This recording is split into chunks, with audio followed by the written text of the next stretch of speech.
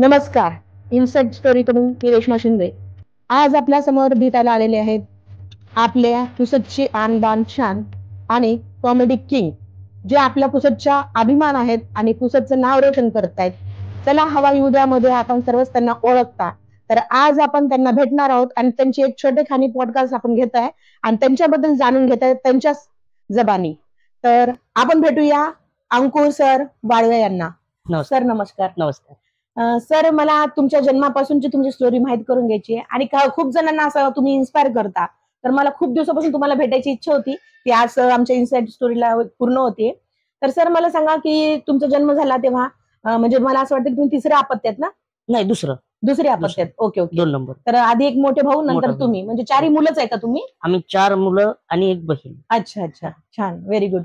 तर मग कसा राहिला तुमचा प्रवास? म्हणजे तुमच्या जन्मानं वेळच्या वेळेस काही आई कहाण्या सांगते का की असं झालं होतं तसं झालं होतं? अशा बऱ्याचशा गोष्टी आहेत. त्या गोष्टी आईनं सांगितलेल्या अजून बऱ्या असतील, पण एवढ्या अशा नाहीत. पण माझा जन्म झाला आपल्या पुसद तालुक्यातच बेलोरा नावाचं गाव आहे. ओके. बेलोरा, तिथं जन्म तिथेच झाला आणि 12वी पर्यंत शिक्षणही तिथंच झालं. ओके. गावातच होतो 12वी पर्यंत. नंतर 12वी नंतर मग मी पुसद मध्ये आलो. पण 12वी पर्यंतच प्राथमिक शिक्षण बेलोरा, पूर्ण बेलोरा. त्यातल्या त्यात जे काही कला क्षेत्रातलं जडणघडण असेल किंवा मग जे काही इंटरेस्ट तयार झाला असेल ते तिथेच तयार झाला. म्हणजे मी 12वी पर्यंत 10वी पर्यंत मी डान्स करायचो. म्हणजे वार्षिक स्नेह संमेलन असायचं त्यावेळेस मी डान्स करायचो. आमच्या 15-20 गावाची मिळून एक वार्षिक स्नेह संमेलन असायचं. तर त्यात मी डान्स करायचो, फेमस होतो बऱ्यापैकी. त्यामुळे मग नवरात्री किंवा गणपती उत्सवामध्ये जेव्हा आधी कलापथक यायचे बघा, आता कलापथक बंद झालेत. पहिले कलापथक यायचे, ते संध्याकाळी 8-8:30 चालू व्हायचे आणि सकाळी 6 वाजेपर्यंत चालायचे ते. ओके. तर त्यात एक आयटम डान्सर म्हणून मला घेऊन जायचे सगळे, की लोकांचं मनोरंजन झालं पाहिजे. कारण कलापथक मध्ये सगळे पुरुष महिलांचं काम करायचे, म्हणजे महिलाच पुरुष व्हायच्या. ते बघून बघून कदाचित माझ्यात इंटरेस्ट तयार झाला असेल, म्हणून मग सर मग तुम्ही आता म्हणजे शिक्षण तुमचं पीएन कॉलेजला झालं म्हटलं. हो. पीएन कॉलेजला तुमचे फ्रेंड्स वगैरे ते कसे राहिले? कारण एक किस्सा मी आता काही दिवसापूर्वी ऐकला होता की तुम्हाला काही त्रास देत असेल तुमचे एक फ्रेंड होते, तर ते नेहमीच सांगायचे की मला जमणार नाही, अंकुरला कोणी त्रास दिलेला, आणि ते फाईट करायला नेहमी समोर यायचे.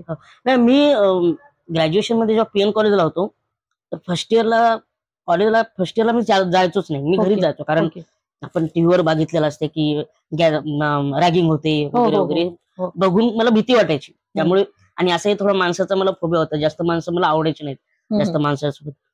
तर एक दिवस बाबाच्या ऑफिसमध्ये आमच्या कॉलेजमधून फोन आला की विलास भावरे सरांचा, की आम्ही एक एकांकिका स्पर्धेमध्ये नाटक टाकतो आपल्या कॉलेजचं.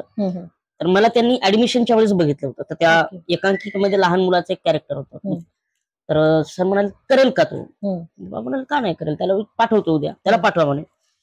तो माझा पहिला दिवस कॉलेजला जाण्याचा. आणि मग तिथून मग सरांना भेटलो. नंतर आमचा एकांकिका स्पर्धेचा ग्रुप जॉईन केला आणि मग ते आवडायला लागलं. मग मी तिकडेच थांबायचो. तर त्याच ग्रुपमध्ये आमचे काही जवळचे मित्र आहेत, 5-6 जे मित्र आहेत. तसे मित्र खूप आहेत, ओळखीचे खूप आहेत, पण आपण मित्र म्हणतो असे ते 4-5 जणच आहेत. हा, तर ते सतत सोबत असायचे. म्हणजे ते कोणी एनसीसी मध्ये होतं, कोणी एनएसएस मध्ये होतं, कोणी खेळायला होतं. तर ते सगळे एकत्र राहायचे ना. तर म्हणजे त्रास तर कोणी द्यायचं नाही, पण समजा कोणी माझ्या मागे बॅकबीचिंग जर केलं ना, तर ते परस्परच सलटवायचे, परस्परच हे करायचे. मला आठवतं एक किस्सा, गॅदरिंगलाच आम्ही एक एकांकिका करत होतो. तर बाल्कनीमध्ये आमच्या मित्रांपैकी काही, मग कारण जे आमचं गॅदरिंग किंवा कल्चरल असायचं ना, तर ते माझ्याकडेच असायचं. म्हणजे आम्ही जे 5-6 पोरं होतो त्यांच्याकडेच असायचं. तर मग जो स्ट्रॉंग आहे तर सिक्युरिटी बघ सगळी, तुझे काही एनसीसीचे पोरं घेऊन, काही एनएसएसचे असे स्ट्रॉंग पोरं घेऊन ते सिक्युरिटी बघ, कोणाला असे कामं देऊन असतो. तर म्हणजे एकांकिका चालू होती, तर बाल्कनीमध्ये टॉन्टिंग चालू होती माझ्यावर काहीतरी, मला माहित नाही. आणि अचानक धपाधप मारामारीची आवाज यायला लागली. हा, नंतर मग बघितलं काय नाही, नाटक चालू दे, एकांकिका चालू ठेव. त्याला मग बाहेर नेलं, बाहेर पोरांनी मारलं वगैरे. नंतर मग मला कळलं की हे टॉन्टिंग चालू होतं. हा, आणि तुमच्यापर्यंत पोहोचले नाही. आणि तो मारामारी करणारा आमचा शब्बीर गौरी, लखन ताजे. लखन तर कॉलेजला नव्हता आमच्या, तो इकडे होता. पण मारामारी तिकडे करायचे. बघितलं म्हणजे एक फ्रेंड सर्कल जे असतं आणि मैत्री जी असते ती खरं ती मैत्री किती असते की त्यांच्यापर्यंत कोणती गोष्ट न पोहोचता तिथे लांबच्या लांबच सलटून टाकायचे त्यांच्या भाषेत आणि त्यांच्यापर्यंत ती कधी अडचण आलीच नाही. आणि तुम्ही जसं म्हटले की तुम्हाला म्हणजे प्रथम संधी जी दिली ते आमच्या पीएन कॉलेज आपले विलास भोरे सरांनी, तर त्यांच्या मार्फत तुम्ही एक एकांकिकेमध्ये आणि नाटकामध्ये कंटिन्यू सुरूच राहिलं माझं. नंतर मग फर्स्ट इयरला जेव्हा होतो ना मी, तेव्हा मी ऍज अ ऍक्टर काम करायचो, म्हणजे एक एकांकिकेमध्ये ऍक्टिंग करायचो. पण नंतर नंतर मग सर मला प्रोत्साहित करतील, एकांकिका लिहून बघ एखादी, लिहितो तर चांगला. मग एकांकिका लिहिली तर मग त्यातल्या काही चुका असतील तर त्या दुरुस्त करून सर बसवायचे. मग लास्ट इयरला होतो तर त्यांनी एक काम कर म्हणे, मला जरा काहीतरी काम आहे म्हणे, तूच एकांकिका लिहीन, तूच बसव. अरे वा. आणि कॉलेजची एकांकिका पण मग मीच बसवली, मीच लिहिली होती. त्या एकांकिकेचे बरेचसे शो झाले, प्रचंड गाजली होती त्यावेळेस. त्याला मला उत्कृष्ट लेखनाचं पण पारितोषिक होतं. बहुत बढिया. तर ते इन्करेज खूप केलं त्याने, म्हणजे हे करून बघ, ते करून बघ, ते करून बघ. नंतर मग अमरावतीला गेल्यानंतर मग मोकळच राहण होतं माझ्यासाठी. म्हणजे बघितलं तुम्ही, म्हणजे पहिलं त्यांनी ग्रॅज्युएशन करत करत स्वतः एक संधी भेटल्यावर ती संधी कॅश केली, कॅश केल्यानंतर लिखाणी सुरू केलं आणि एकांकिका लिहिली देखील आणि ती स्वतः पूर्ण केली देखील. तर म्हणजे असा तुमचा एक प्रवास सुरू झाला. मग या क्षेत्रामध्ये असताना सगळेच रोल तुम्ही पार पडत होते, जसं म्हणजे इमोशनल, काही म्हणजे रागिष्ट किंवा आपण जे म्हणतो तसे नवरस, तसे नवरस मधले तुम्ही हा हास्य आणि कॉमेडी हे क्षेत्र जास्त का निवडलं? नाही, मी असं निवडलं नाही. काय आहे ना की आपला मानव समाज जो आहे भारतातला, किंवा भारतात इतरही जिथे मानव आहे, मानववृत्ती आहे, ह्युमन सायकोलॉजी आहे, तिथे एक लोकांच्या डोक्यात एक फ्रेम फिट बसलेली असते की नॉर्मल माणसाच्या पेक्षा कोणी वेगळं असेल. म्हणजे समजा आता मी बुटका आहे किंवा मग कोणी जाडा असेल किंवा हे, तर त्यांना ना एक विनोदाच्या अंगानेच बघितलं जातं, त्याच्यावर म्हणजे हसण्यासाठीच बघितलं जातं. त्याच्यामुळे विनोदाचे काम मला जास्त मिळत गेले, त्याच्यामुळे मी विनोदी अभिनय करायला लागलो. पण मी सिरियस पण काम केले तेवढ्याच ताकदीचे. आता माझी एक हिंदी वेब सिरीज येईल, त्यातही मी म्हणजे विलन किंवा मग सिरियस किंवा मग एक मल्टी सेट्स असलेले कॅरेक्टर केलं. त्याच्या आधी एक फिल्म येते माझी, त्याच्यात मी लीड केलं होतं, ती अजून येईल. त्यातही मी सिरियसच केलं, त्यातही मी कॉमेडी केलीच नाही. पण कसं आहे की आता कॉमेडी बघून बघून एक काय म्हणतात ते, म्हणजे इमेज बनली की हा कॉमेडी ऍक्टर आहे. पण असं नाही, कॉमेडी व्यतिरिक्त पण मी करू शकतो, फक्त आता तसं काम मिळायला पाहिजे. बघितलं तुम्ही हे पण दाखवलेलं आहे की भरपूर जण, जसं आता मी किंवा आमच्या जिमच्या काही महिला आहेत ज्यांच्याबद्दल न्यूनगंड असतो की आम्ही फॅट आहे, आम्हाला फॅट म्हणून चिडवतात, रागवतात, तसं सरांनाही काय अनुभव आलेले, पण सरांनी ती गोष्ट इग्नोर करून, पूर्णपणे इग्नोर करून आणि त्याला बॅकआउट करून स्वतःला कसं पुढे आणता येईल आणि या गोष्टीला एक चांगली पॉझिटिव्हिटी घेऊन कसं पुढे जाता येईल हे सरांनी सांगितलेलं आणि हे इन्स्पायरिंग करण्यासारखं आहे. तर सरांनी त्याच गोष्टीला एक वेगळा पैलू दिला.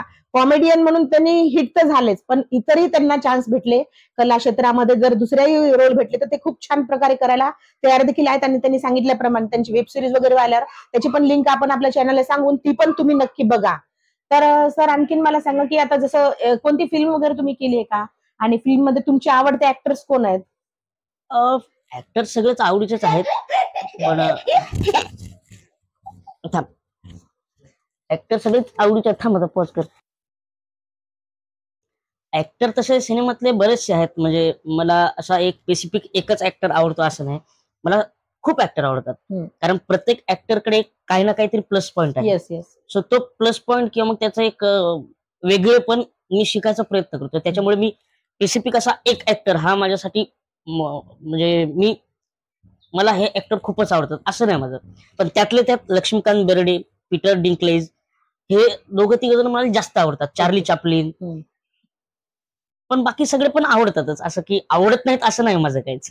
तुम्ही आता म्हणजे चला हवाई उद्योगच्या माध्यमातून भरपूर स्टार सोबत काम केलेलं आहे, तर तुमची तशी त्या सेटवरच्या काही गमती जमती सांगा ना, की काय बॉन्डिंग असतं, काय असतं? गमती जमती आमच्या खूप असतात, म्हणजे आता कॉमेडी शो, त्यातल्या त्यात सगळे इरसाल नमुने त्या शो मधले, आणि सगळे आगाव आहेत, म्हणजे वेगवेगळे अनुभव आहेत आमचे. आम्ही भारत गणेश पोरे, मी आणि योगेश शिरसाट, आमची 3 जणांची एक रूम आहे, पण आमच्या रूम मध्ये जवळपास 10-12 लोक असतात, म्हणजे इतर कलाकार किंवा मग पाहुणे कलाकार जे आलेले असतात. आणि आमच्या रूम मध्ये जसं आपण शेतावर जेवण करतो रानभोजन, बरोबर, तसं आमच्या रूम मध्ये जेवण असतं. सगळे खाली बसून असं सगळ्यांचे आपापले डबे उघडून एकमेकांचे शेअर करून असं दिवसभर असतं.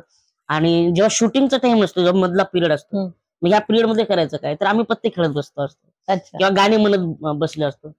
आणि सगळेच म्हणजे कोणाचा मोबाईल समजा इथे विसरून गेला तर तो लपून ठेवायचा सायलेंट करून, मग पूर्ण शूटिंग होईपर्यंत त्याला द्यायचंच नाही. तो बिचारा परेशान व्हायचा, म्हणजे मोबाईल चोरला नंतर मग पॅकअप झाल्यानंतर द्यायचं. असं खूप किस्से आहेत, खूप.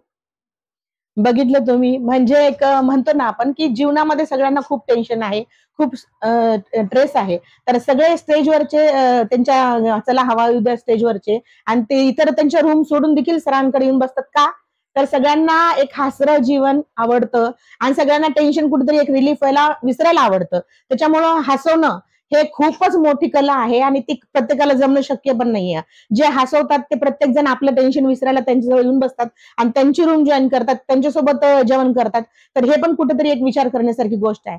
तर सर मला सांगा की चला हवा येऊ द्यामध्ये म्हणजे काही असा प्रसंग आहे का की ज्याच्यामध्ये कॉमेडी करता करता तुम्ही एखादा रोल असा केलेला आहे की ते लोकांच्या एकदम मनाला हृदयाला स्पर्श केलेला आणि टच केलेला आहे, असा एखादा एपिसोड किंवा एखादा असा सीन तुम्ही सांगू शकता का? असे बरेचसे आहेत, पण त्यातल्या त्यात बाहुबलीवाला जो एपिसोड आहे तो सगळ्यांनाच खूप आवडतो, कारण तो फारच कमाल बनवून आला होता. बाकी सगळेच प्रत्येक, आता आमच्या हवा येऊ द्याचा प्लस पॉईंट असा आहे की प्रत्येक एपिसोड हा वेगळा स्क्रिप्ट आहे, वेगळा रोल आहे. त्याच्यामुळे असं स्पेसिफिक सांगता येणार नाही की हा रोल खूपच चांगला होता की हा रोल खूपच चांगला होता. पण सगळ्यात जास्त जर लोकांना स्क्रिप्ट आवडत असेल तर ती बाहुबलीची आहे. काल परवा तुम्ही एक तुमच्या मित्राचं लग्न अटेंड केलं आणि त्या मित्रांमध्ये असताना देखील मला आठवते की माझ्या भावाने सांगितलं की तुम्ही एवढी कॉमेडी करत होते, एवढे रिलॅक्स राहत होते, म्हणजे ऊन तर खूप होतं पण लग्नामध्ये कंटिन्यू तुम्हाला म्हणजे फोटो काढण्यासाठी एक सेलिब्रिटी म्हणून सगळेजण फोटो सेल्फी काढायला येत होते. तर त्यावेळेस पण तुम्ही एकदम कॉमेडी टच देऊन त्यांच्यापासून वेगळे पण झाले पण त्यांचं मनही दुखवलं नाही. तर ते एक आमच्यापर्यंत गोष्ट आली. आम्हाला खरंच ते आवडलं की तुम्ही कोणाचं मन तर दुखवलं नाही पण आपलं आपलं काम पण साध्य करून गेले. तर कसं वाटलं मित्राच्या लग्नासाठी आले तुम्ही, इथे 2-3 दिवस राहिले? नाही, खूपच चांगलं, कारण आधी सांगितलं तसं ओळखीचे खूप आहेत, मित्र खूप कमी आहेत. बरोबर, आणि कमी मित्र जे आहेत ते जपणं पण आपलं काम आहे. बरोबर. हा चला त्या दरम्यान जर मी कुठे बिझी असतो तर येऊ शकलो नसतो, एवढा नाराजही झाला नसतो तो, कारण त्याला माहितीये आमच्या मित्रांपैकी सगळ्यांचं तसंच आहे की समोरचा जर तू या कामात बिझी आहेस तर ते काम सोडू नको, ते कर, आपलं होईल. पण योगायोग असा झाला की त्या दरम्यान मी पण फ्री होतो आणि मग म्हटलं चला जाऊया, सगळे भेटतात आणि सगळे एन्जॉय करतात. जवळपास आम्ही 3-4 नाही किती 5-6 दिवस झाले आम्ही सगळे सोबतच आहोत. म्हणजे आता लग्न झालं, काल त्याचं सत्यनारायणची पूजा झाली, मग काल रात्री पण आम्ही बाहेर जेवायला गेलो मित्राकडे. आमचं ते 5 दिवसापासून सगळे आहेत की किधर आहे मिलते चालू असतं ते. तुम्ही पाहिलं कंटिन्यू 5 दिवस सर आलेले आहेत आणि 5 दिवसातला आज शेवटचा दिवस, म्हणजे संध्याकाळी 7 वाजता त्यांची बॉम्बेसाठी गाडी आहे आणि ती गाडी असताना आज त्यांचा वेळ आपल्याला भेटलाय. म्हणजे तुम्ही बघू शकता की त्यांनी कसं एक माणसांचं झाड लावलेलं आहे आणि ते झाड जोपासतायत.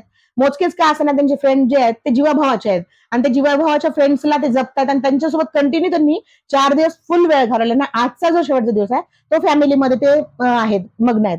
तर सर सांगा तुमच्या लग्नाला पर्यंत येऊया आपण. तर लग्न ठरवताना कसं झालं, काय अनुभव आहेत लग्नाचे? लग्नाचं आता खरं सांगायचं तर माझं अरेंज मॅरेज आहे, मुलगी मामाचीच आहे. ओके. त्यामुळे मी पाहायला पण गेलो नव्हतो. आई बाबांनी सांगितलं की हे स्थळ आलंय, ठीक आहे. तिला फोन केला, म्हटलं तुला मान्य आहे का? प्रेशर तर नाहीये खूप म्हणण्यासाठी किंवा लग्नासाठी, कारण अरेंज मॅरेज मध्ये माझं पहिल्यापासूनच म्हणणं असं होतं की कुठल्याही मुलीला मी जसं आहे तसं ऍक्सेप्ट केलं तरच मी लग्न करणार, नाही तर मी करणार नाही. कारण बऱ्याच वेळा असं होतं की मग फॅमिलीला बघून हो मान चांगलेत लोक, मग इच्छा नसतानाही मग आणि नंतर मग आयुष्यभर ऐकायचं. मला तर मनात नव्हतं लग्न करायचं, बरोबर, आई बापामुळे केलं, आईमुळे केलं, ते नको व्हायला म्हणून म्हटलं तिला विचारलं, तिने होकार दिला. मग डायरेक्ट मी लग्नाला आलो, कोर्ट मॅरेज केलं, रिसेप्शन दिलं आणि दुसऱ्या दिवशी परत मुंबईला गेलो. बघा, म्हणजे लग्नासाठी पण वेळेवर येऊन लग्न करून वेळेवर पटकन वापस जाणारे देखील सर आहे. लग्नामध्ये त्यांनी कॉमेडी केलेली आहे, म्हणजे एवढा सिरियस विषय असताना त्यांनी विचारलं की खरंच बाबा तुझी इच्छा आहे का? म्हणजे अरेंज मॅरेज मध्ये शक्यतो कोणी विचारत नाही, नवरीला नवरदेव एकमेकाला विचारत पण नाही, भेट पण मोस्टली कमी होतात. आता ऍडव्हान्स जमाना जरी असला तरी अरेंज मॅरेज खूप कमी होतात, सगळीकडे लव्ह मॅरेजचं फॅड आहे. पण सरांचं आपण उदाहरण घेतो की अरेंज मॅरेज आहे आणि ते देखील छान त्यांचं चालू आहे. तर तुम्हाला आता एक मुलगी आहे. ओके. आणि दुसरा कमिंग सून आहे का? कमिंग सून आहे. अच्छा. मुली किती वर्षाची आहे? मुलगी 4.5 वर्षाची आहे. ओके. काय नाव आहे तिचं? ख्याती. ख्याती. आणि वाईफचं तुमचं नाव? निकिता. निकिता. आणि तुमच्या फॅमिलीमध्ये सगळे जॉब वगैरे करणारे? मोठा भाऊ जॉब करतो. ओके. छोटा भाऊ माझ्यापेक्षा जो छोटा आहे तो सध्या UPSC MPSC चं प्रिपरेशन चालू आहे. सोबतच पार्ट टाइम जॉब पण करतो. आणि सगळ्यात लहान आहे तो ऍडव्होकेट आहे. त्याची आता प्रॅक्टिस चालू आहे आपल्या पुसदमध्ये. पुसदमध्ये. अच्छा. आणि बहीण आता 10वी जस्ट पास झाली. अच्छा. लहान आहे म्हणजे सगळ्यात लहान आहे. ओके. आणि वडील काय करायचे? बाबा यवतमाळ जिल्हा मध्यवर्ती बँक आहे ना, तर त्यामध्ये मॅनेजर होते. ते DGM म्हणून रिटायर झालेत. ओके. आता घरीच आहेत.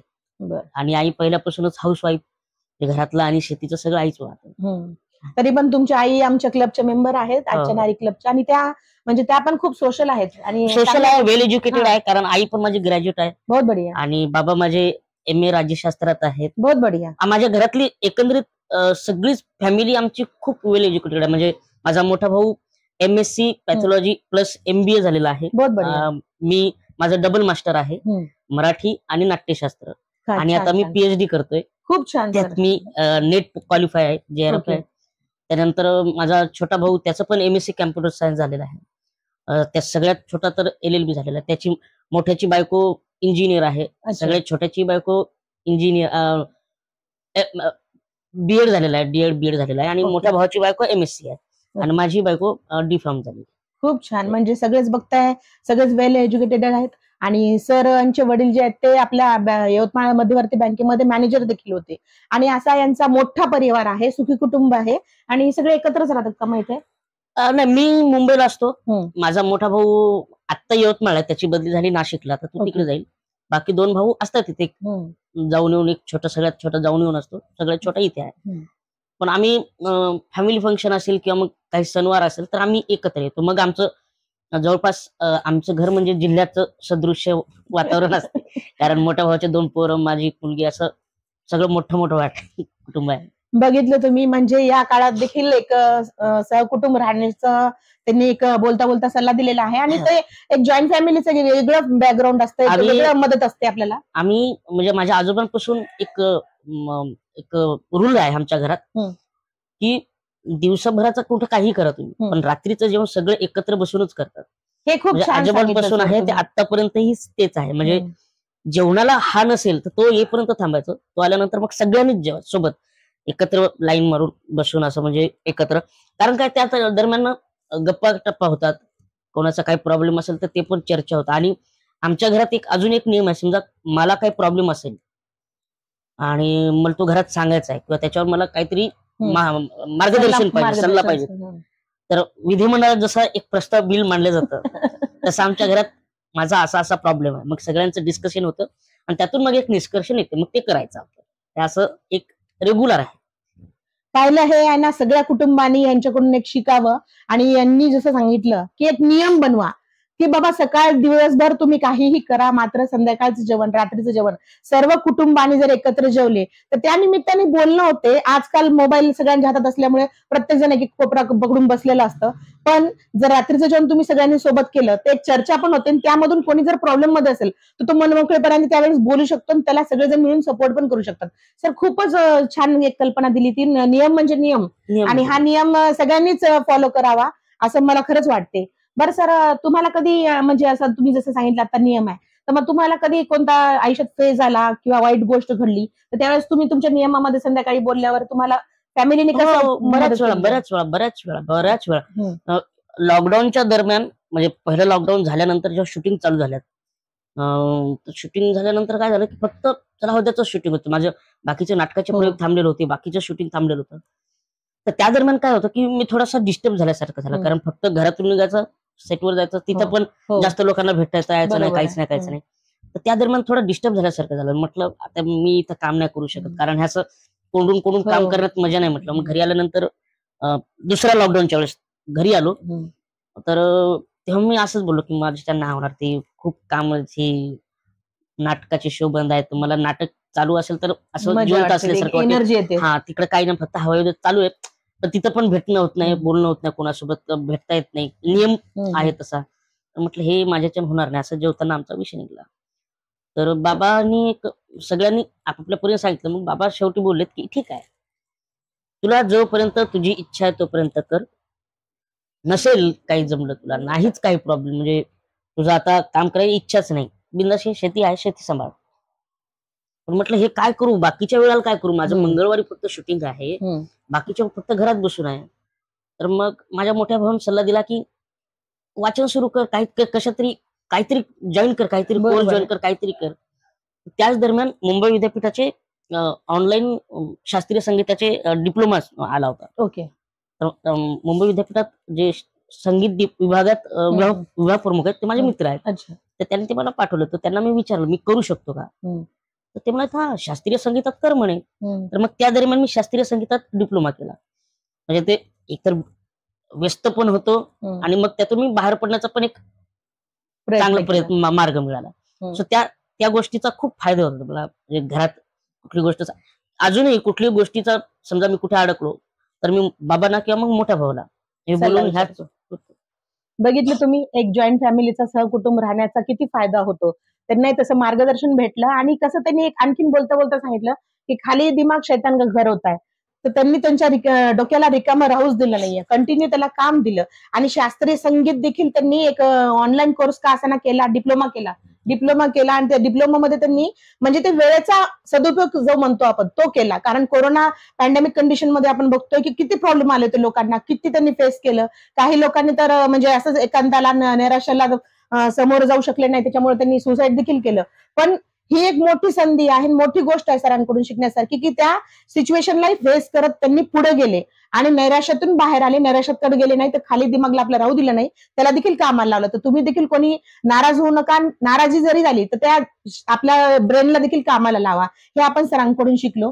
तर सर आणखीन एक सांगते मी की या कंडिशन मध्ये पण तुम्ही म्हणजे डिप्लोमा घेतला, तर असं आणखीन काय काय शिकायची इच्छा आहे तुमची अधुरी की म्हणजे कोणत्या माझं आधुरी इच्छा राहिलंच नाही माझ्या. कारण माझ्या घरातच मुळात आई बाबा तुम्हाला जे करायचं ते करा. कारण मी ATD केलं, फिल्म मेकिंगचा कोर्स केला, शॉर्ट हँड केलं, टायपिंग केलं, अजून नेट म्हणजे शिक्षण मला जे वाटलं मला हे करायचंय ते केलं मी. आता PhD चालू आहे, तर PhD झाल्यानंतर बघू काय आहे पुढे. बरं. आणि म्हणजे असं कोणतं डेस्टिनेशन आहे की तिथं फिरायला जायचं माझी खूप इच्छा आहे की मी तिथे जाऊ? नाही, मला जास्त फिरायला नाही आवडत. नाही म्हणजे आपल्या भारतात किंवा देशात मी फिरलो, तसा खूप फिरलो मी. पण असं म्हणजे आवडीचं हे ठिकाण आहे. आता सारखं तिथे जाऊ तर माझं आवडीचं ठिकाण माझं घर आहे. म्हणजे ब्रेक मिळाला, सुट्टी असली की मग घरी येऊन राहतो. ओके. म्हणजे निवांत झालो, रिलॅक्स झालो की पहिले घर बाहेर असं आहेत जागा, पण मला आवडत नाही तसं जास्त. अच्छा.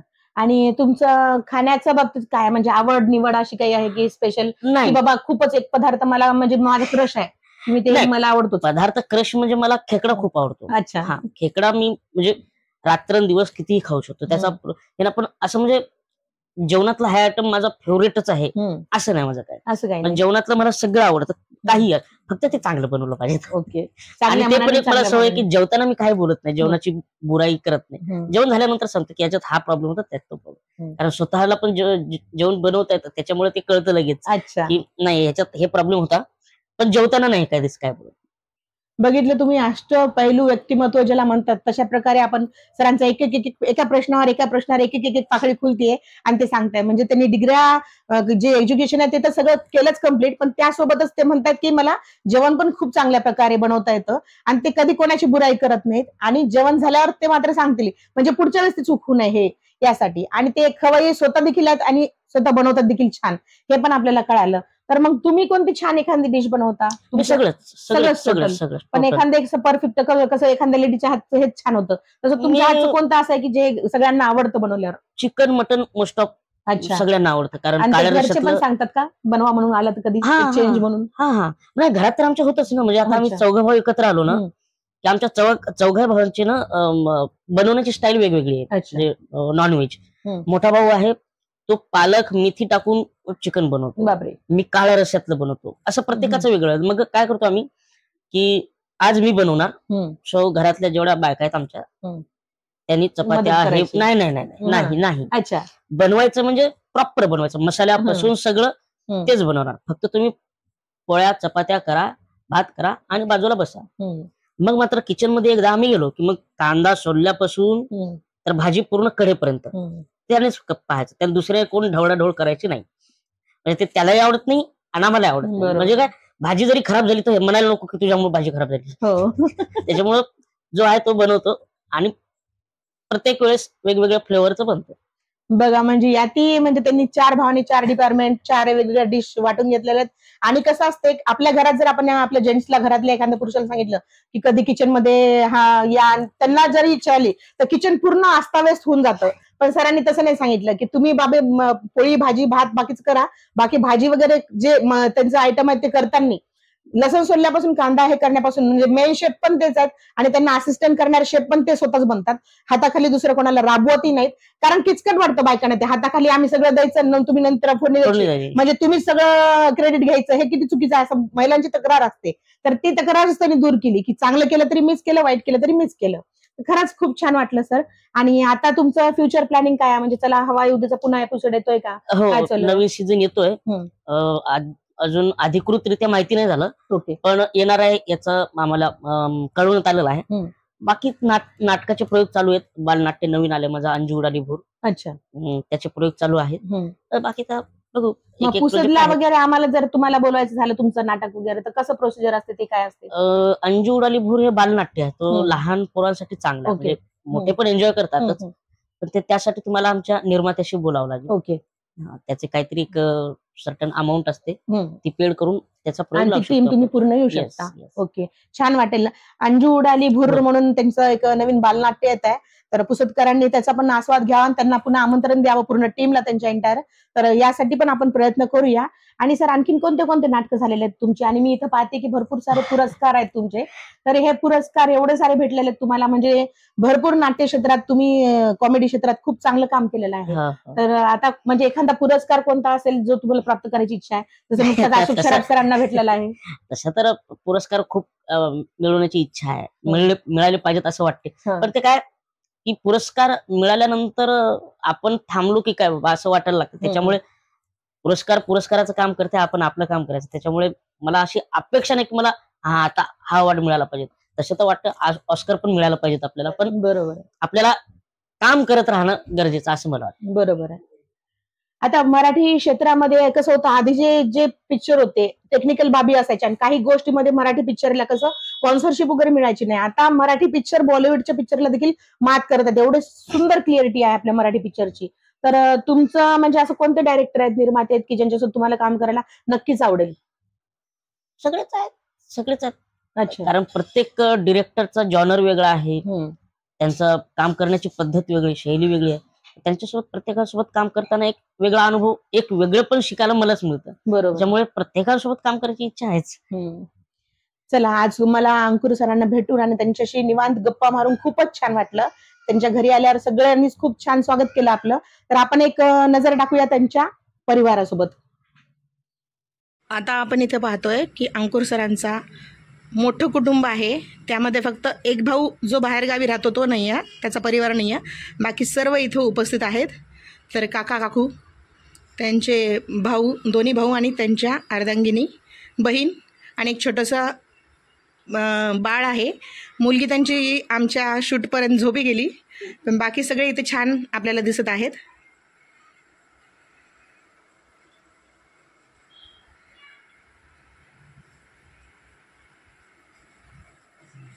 आता इथं आपण पाहतोय की अंकुर सरांचे आई वडील आहेत आणि त्यांचा पूर्ण परिवार इथे आपल्याला बसलेला दिसतोय. तर अंकुर सरांबद्दल काकू आपल्याला 2 शब्द बोलणार आहेत. तर काकू, काय म्हणणं आहे तुमचं अंकुर सरांबद्दल? मी रंजना वाळवे, अंकुरची आई. अंकुर हा उंचीला जरी कमी होता, पण त्याने त्याच्या कर्तृत्वावर इतकी उंची वाढवली की सगळं जगभर तो उंच झालेला आहे. छोटासा अंकुर आज खूप मोठा वृक्ष झालेला आहे, त्याचा आम्हाला सार्थ अभिमान आहे. कसं असतं की आई वडिलांमुळे मुलांची ओळख असते, पण अंकुरने उलट केलं, त्याच्यामुळे आमची ओळख झालेली आहे. जो तो आम्हाला विचारतो, तुम्ही अंकुरच्या आई वडिला का? आम्हाला एक फोटो द्या, आम्हाला एक सेल्फी. त्याच्यामुळे आम्हाला खूप खूप अभिमान वाटतो. अंकुर म्हणजे आमची शान आहे. त्याने खूप खूप नाव कमावलं, त्याच्यामुळे आम्ही खूप अभिमानी आहोत, आनंदी आहोत. आता आपण अंकुर सरांच्या छोट्या भावाच्या पत्नीचं मत घेणार आहे आणि ते आपल्याशी हितगुज साधणार आहे. तर ताई, तुमचं नाव सांगा आणि नमस्कार, मी नम्रता तेजस वाडवे, आमच्या वाडवे कुटुंबाचे एक सदस्य. भैयांबद्दल सांगायचं झालं तर आजच्या या स्पर्धेच्या युगामध्ये किंवा या संघर्षाच्या काळामध्ये छोट्यातून मोठं कसं व्हायचं आणि मोठं होऊन सुद्धा छोट्या पातळीवर कसं राहायचं हे त्यांच्याकडून शिकण्यासारखं फार मोठं गुण आहे. आमच्या या वाडवे कुटुंबाला जागतिक पातळीवर नेण्याचं स्वप्न हे आमच्या भैयांकडे पाहून आम्हाला प्रेरित करण्यासारखं आहे. आमचे भैया म्हणजे आजचं जे अभिनय क्षेत्र म्हणतो आपण, फार चरस असते, फार चढाओढ असते. या स्पर्धेच्या युगामध्ये आजच्या या क्षेत्रामध्ये अशा प्रकारची कलाटणी एका ग्रामीण भागातून शहरी भागामध्ये जाणं आणि विदाऊट सपोर्ट, त्या पाठीमागे कुठल्याही प्रकारचा आधारस्तंभ नसताना स्वतःच्या स्वकर्तृत्वावर, स्वतःच्या मेहनतीवर कसं पुढे जायचं, ही गोष्ट आमच्या भैयांकडून शिकण्यासारखी आहे. आणि त्यांच्याबद्दल सांगायचं झालं तर त्यांच्या वैयक्तिक जीवनाचा तर अभ्यास सर्वांनाच माहिती आहे. कारण की जी शारीरिक रचना आहे त्याला मात देणं आजच्या या समाजामध्ये, तो जो न्यूनगंड सामान्य माणसामध्ये जो क्रिएट होतो, तो दाबून त्याच्या पलीकडे जाऊन आपण आपली कारकीर्द कशी पसरावी, ही गोष्ट आमच्यासाठी खरंच खूप अभिमानास्पद आहे. आणि आमचे भैया आणि आमचं वाडवे कुटुंबाचं असंच प्रसिद्धी वृक्ष नेहमीच वाढत जावं, ही सदिच्छा. धन्यवाद. अंकुर सरांच्या अर्धांगिनी आपल्याशी संवाद साधणार आहेत एक छोटासा उखाणा घेऊन. हॅलो, मी निकिता अंकुर वाडवे. अख्ख्या महाराष्ट्रात असं एकही गाव नाही, अख्ख्या महाराष्ट्रात असं एकही गाव नाही जिथे अंकुर वाडवेचं नाव नाही. बहुत बढिया, छान छान. आणि इकडून या सर. तर अशी राहिली ही हसरी, लाजरी, बोजरी आणि त्यांच्या जीवन प्रवासावरची सुंदर अशी छानशी आमच्या इनसाइड स्टोरीने घेतलेली पॉडकास्ट. यावेळी दीपक लोखंडे व आदित्य लोखंडे यांनी इनसाइड स्टोरीकडून अंकुरजी वाडवे यांचा सत्कार देखील केला आणि छोटे खाणी त्यांना आमच्याकडून एक गिफ्ट देखील सपत्नीक इनसाइड स्टोरीच्या संचालिका रेश्मा शिंदे यांच्याकडून देण्यात सुद्धा आलं. तर असे हे अंकुर वाडवे सर जिद्दीने आणि आपल्या जीवनाचा संघर्ष प्रवास करताना आनंदाने हसत खेळत समोर जात, अनेक वादळांना समोर जात, दुसऱ्यांनाही हसवतात आणि आनंदी राहतात. बरंच काही त्यांच्याकडून शिकण्यासारखं आहे. तर नक्कीच आमच्या चॅनलकडून ही बातमी जास्तीत जास्त शेअर करा, लाईक करा, सबस्क्राईब करा. अंकुर वाडवे यांच्या जीवन प्रवासातील त्यांचे गाजलेले काही नाटक, सर्किट हाऊस, आम्ही सारे, फर्स्ट क्लास, कन्हैया, गाढवाचं लग्न, कॉमेडी करून गेला, निम्मा शिम्मा राक्षस. तर अशाच तुमच्याही काही पॉडकास्ट करायचे असेल तर आमच्या चॅनलला नक्कीच संपर्क साधा. मी रेश्मा शिंदे पुन्हा एकदा इनसाइड स्टोरीकडून आपल्यासमोर अशाच नवनवीन बातम्या आणि पॉडकास्ट घेऊन येईल. धन्यवाद.